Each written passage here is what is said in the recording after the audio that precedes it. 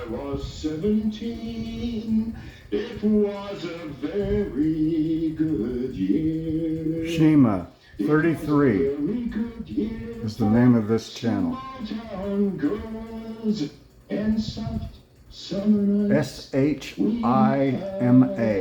From the lights on the village green when I was 17. It has 5 verses beyond, but that was incredible. Ladies and gentlemen, welcome to Canvas with the one and only, the real John McAfee.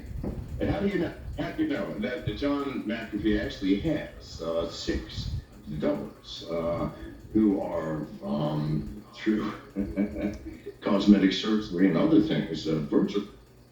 I actually had a girlfriend once that confused in bed one of my doubles for me. So how would you know? Have you ever slept with one of your doubles? Like, have you and your double ever been dating like the same woman? You know what? I don't know why, but I am just hopelessly heterosexual. I don't want men just never have turned me on. Whereas, pardon? I understand. I understand what it's like to be an alpha. It's cool.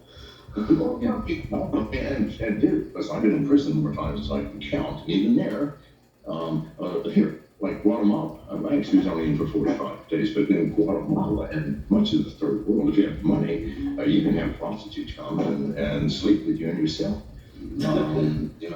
I had multiple women a day for 45 days. Why? I couldn't watch TV because it was all in Spanish. My Spanish was not good enough to understand it. Couldn't carry on a conversation with my fellow inmates, so I just fucked 24 hours a day. Did you have to slip the guards any money for that, or did they just let you off it? So, that's the only people you slip the money to, they arrange. Well, they pay everything, but the guards, of course, take 80%, whatever you give them. It's Guatemala. I mean, average wage at the time was $1.20 a day. Yeah.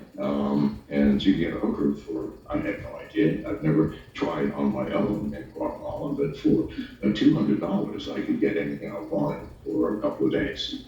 Just saying. Well, that's very interesting. Did you get tested after that? Of course not. Jesus God. Also, I'll be honest, Janice will confirm this, and everyone I've ever known, I have never worn a condom and never will. Listen, life is a risk. It's an adventure, a mystery. No, I don't wear condoms. I've never got tested.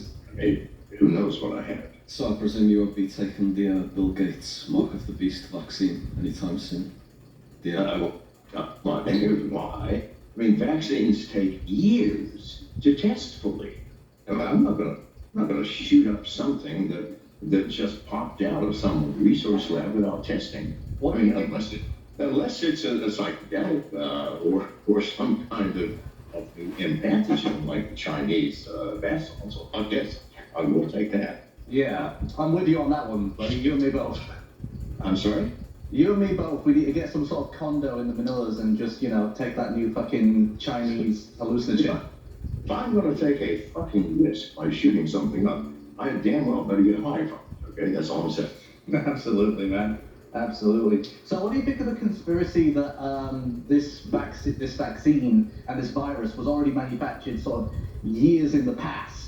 And only now they're releasing it. Every major research, including WHO, they've got some of the best epidemiologists and bacterial and viral specialists on the planet. They have absolutely said, and I believe it fully, it's absolutely not man-made. How could it be man-made? It is clearly, absolutely from the coronavirus family. Absolutely. It's just a minor variation of the thing going back 5,000 years. Now, maybe if we had people 5,000 years ago who were engineering this thing, possibly. But no, it's not. It is absolutely not, my friends. It would be great. I mean, not that I am not a conspiracist. I do believe that somebody conspired not to create this virus, but to magnify its importance and deadliness for their own purposes. I just don't know who exactly. Would it be Bill Gates, perhaps? No, absolutely not. Listen, I mean, that poor bastard. I mean, I've only met Bill once, 1985. Long. How long was that? 30, 40, 50, 100 years? I don't know. 1985. The most boring man on the planet. Hang on. A terrific technologist, and I mean that. He is probably one of the greatest programmers and computer software architects on the planet. But goddamn, what does he know about viruses?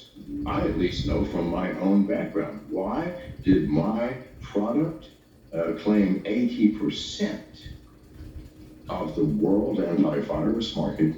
Because I spent my time studying the epidemiology of computer viruses. Listen, they're just based on biological viruses. That's all they are. Two brothers in Pakistan in 1987 wrote a thing called the Pakistani brain. In it, they put Pakistani brain virus. I took that program apart. I was just fascinated. The first true artificial intelligence in software. The program had two manifests. One, stay alive.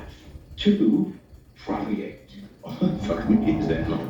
The definition of living organisms. And they behave epidemiologically identical to biological viruses.